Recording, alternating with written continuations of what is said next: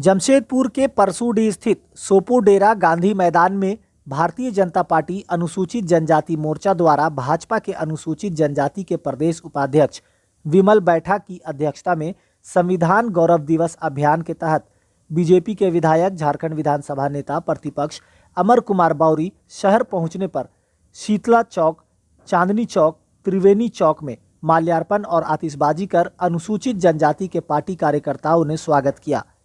वहीं doctor Shyama Prasad Mukherjee, doctor Bhimrao Ambedkar, Pandit Deendayal Upadhyay, ज्योति गोविंदा राव फूली के चित्र पर माल्यार्पण कर श्रद्धांजलि अर्पित की। जहां आए मुख्य अतिथि के तौर पर अमर कुमार बाउरी और पार्टी के लोगों को अंगवस्त्र ओढ़ाकर और बुके देकर पार्टी के लोगों ने सम्मानित किया। मीडिया को संबोधित करते एवं विपक्ष पर निशाना साधते हुए अमर कुमार बाउरी ने कहा कि भारतीय जनता पार्टी ऐसी पार्टी है जो संविधान की रक्षा करती है। हेमंत सरकार पर निशाना साधते हुए कहा कि कानून व्यवस्था को लेकर हेमंत सरकार पूरी तरह से विफल है। सरकार द्वारा लगाए जा रहे जगह जगह जनता दरबार पर लाखों आवेदन आते हैं पर कार्य नहीं होते। दिए गए हजारों की संख्या में आवेदनों को दबा दिया जाता है। वहीं भाजपा के अनुसूचित जनजाति के उपाध्यक्ष विमल बैठा ने कहा कि हेमंत सरकार युवाओं को भ्रमित कर रही है। युवाओं को रोजगार के लिए दर बदर भटकना पड़ रहा है। वहीं उन्होंने कहा कि सरकार आपके द्वार कार्यक्रम पर कितने लोगों की राशन कार्ड बनी, कितना वृद्धा पेंशन चालू हुआ, सरकार इसकी सूची जनता को दे। आज भी आदिवासी समुदाय के लोग जंगल से लकड़ी काटकर अपना जीवन यापन कर रहे हैं। मौके पर उपस्थित पूर्व विधायक एवं प्रवक्ता कुणाल सारंगी, बीजेपी के जिला अध्यक्ष गुंजन यादव, जिला परिषद उपाध्यक्ष पंकज सिन्हा, जिला परिषद कुसुमपूर्ति, मंडल अध्यक्ष त्रिदेव, अजित एम्बेसडर, राम सिंह मुंडा, पूर्व जिला परिषद सुदीप्तो डेराना, प्रदीप मुखर्जी, विशाल शर्मा समेत कई लोग और कार्यकर्ता उपस्थित रहे। जमशेदपुर से संवाददाता शहजाद खान की रिपोर्ट।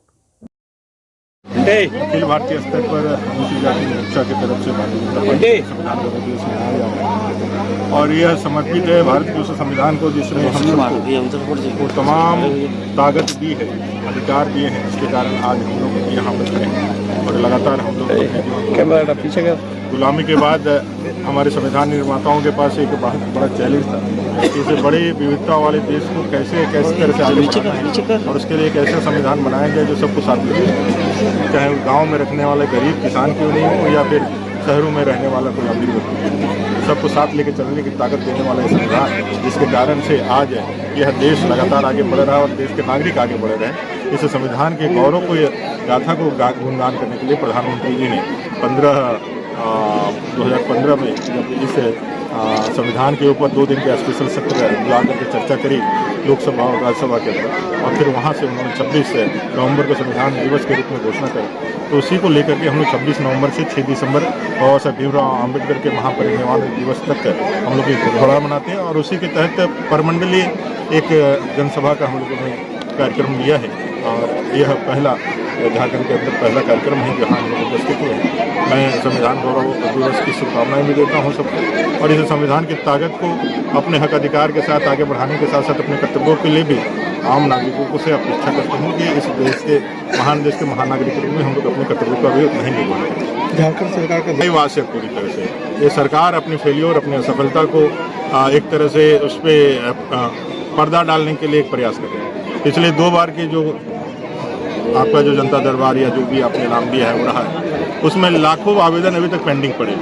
कहीं भी जाइएगा तो वही लोग फिर से आवेदन लेकर आते हैं। एक आवेदन देने में लोगों 100-200। कल मैं नाला विधानसभा को क्रॉस कर रहा था, वहाँ लोग मिले थे, उन्होंने कहा कि जनता दरबार हुआ और उसके बाद जो है उनके आवेदनों को फेंका गया, वैसे जंगलों में या रास्तों में फेंक दिया गया। वो लोग उठा कर लेकर के आए। फिर हमने कहा कि भाई जाकर के डीसी को जाकर के दिखाओ और बताओ कि अगर यदि इसी तरह से लोगों के भावनाओं के साथ खेलने का यदि काम करना है तो ये ढकोसला क्यों करना है। सरकार भावना के ही खिलाड़ी है, ये भावनाओं के खेलने का ही सौदागर है सरकार। वो चाहे भाई कुछ भी भावना या विक्टिम कार्ड खेल दो और अपने लिए अपना जनमानस तैयार कर लो, लेकिन इस सरकार को पता होना चाहिए कि 4 साल के 4.5 साल की इसकी जो ऐतिहासिक विफलता है उसे जनता अपना को तैयार कर ली है कि 2024 में पूरी तरह से ये दोनों सरकार को, जो आपका जो है यहाँ राज्य की सरकार है ये राज्य सरकार को पूरी तरह से उठा करके बाहर फेंकेगी और दोनों सरकार भारतीय जनता पार्टी के नेतृत्व में बनाएगी। केंद्र में तो मोदी जी की सरकार बनेगी ही बनेगी, राज्य के अंदर भी पूर्ण बहुमत की भारतीय जनता पार्टी की सरकार बनेगी। ये पूरी तरह से बेबुनियाद है। इन लोगों को मालूम है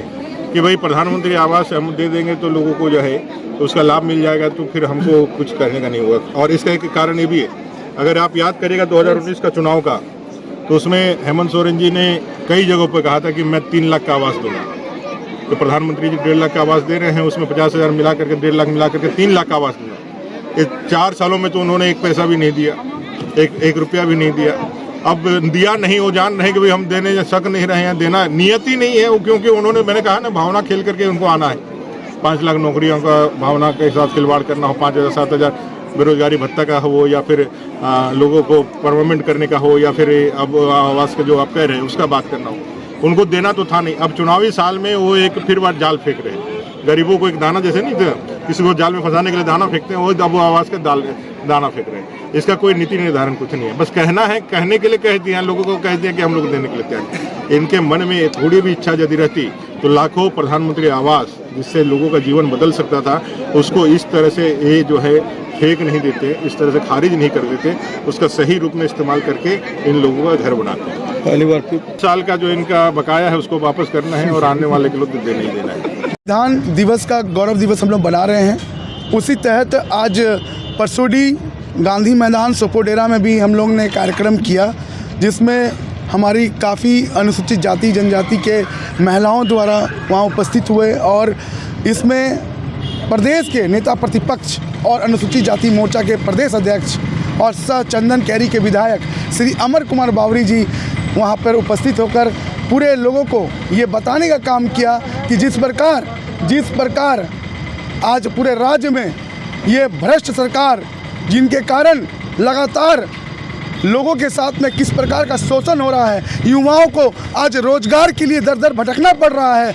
आज उनके माध्यम से लगातार ये बोलने का काम किया जाता है कि अभी आप देख रहे होंगे कि लगातार उनका कहना है कि सरकार आपके द्वार क्या, सरकार आपके द्वार कब पहुंचती है? जब हम सड़क पर सब्जी बेचते हैं, जब हम आज सड़क में अपनी जान को परवाह ना करके सड़क पे सब्जी बेच रहे हैं, क्योंकि अगर सब्जी नहीं बेचेंगे तो मेरा बच्चा का कल रात में रोटी नहीं मिलेगा, उसको अनाज नहीं मिलेगा, ना खाने को उसको राशन मिलेगा। इस प्रकार का इस सरकार में आपको देखने को मिल रहा है। आज पूरा लगातार जिस प्रकार से पूरे जुगसलाई विधानसभा में आज लोगों के साथ में किस प्रकार का अन्याय हो रहा है, ये किसी से छुपा हुआ नहीं है। बस मैं इतना ही कहूँगा कि जुगसलाई की जनता के साथ में विमल बेटा खड़ा है, 24 घंटा खड़ा है और लगातार अभी तो प्रोग्राम चालू हुआ है, अभी पिक्चर बाकी है, ये भी हम बताने का काम करेंगे। को अभी भी बोल रहा हूँ कि आप सरकार आपके द्वार में जितने भी महिला बहन आती हैं, अभी भी लगभग 150 से ऊपर, खाली मैं आपको करंडी ब्लॉक के ही बात कर रहा हूँ, करंडी ब्लॉक में जुगसलाई विधानसभा में जितने हमारे गरीब गुरबा भाई हैं, कितना राशन कार्ड चालू हुआ, कितना विधवा पेंशन चालू हुआ, कितना पेंशन लोगों को मिलना चालू हुआ, आप मेरे को बताने का काम करें। अगर उसकी सूची आपके पास में है तो उसको आप दिखाने का काम करें, मगर उनके पास कुछ नहीं है। आज भी आदिवासी भाई मेरा लकड़ी काट के ही खा रहा है, आज भी वो जंगल में रहने के लिए उसको लकड़ी काटना पड़ रहा है। ये अवस्था है आज झारखंड में।